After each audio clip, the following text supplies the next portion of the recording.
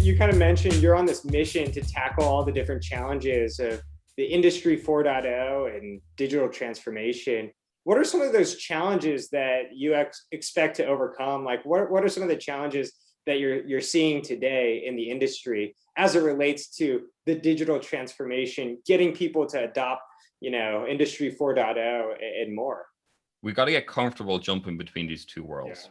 We've got to get comfortable with the level of change, not even mentioning the C word over the last year and a half, right? But get comfortable with the level of change and disruption. Have executives in place that are able to adapt into that world. So that's one, you got to have that mindset.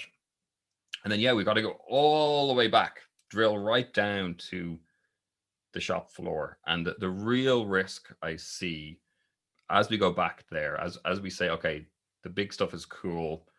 There's a huge amount of fatigue because it feels like the big stuff didn't work. Yeah, maybe it didn't work, but the trends aren't changing, right? The economic shift hasn't gone away.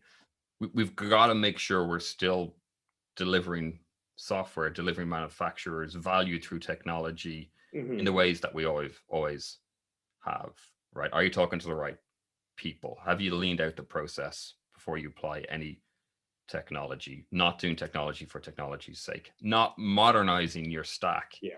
if you don't need to. Data sharing, I mean, that's just a passion. How the people at each end of that conversation, each end of that data pipeline converse and talk today is not that it's broken, it's just designed for a traditional linear business model. That's the stuff we got to start chipping away at, so that as we get better with the tech, as it gets adopted, as our Mm-hmm. factories get better, as our technicians get smarter, we can then start to see the big macro stuff actually click into place.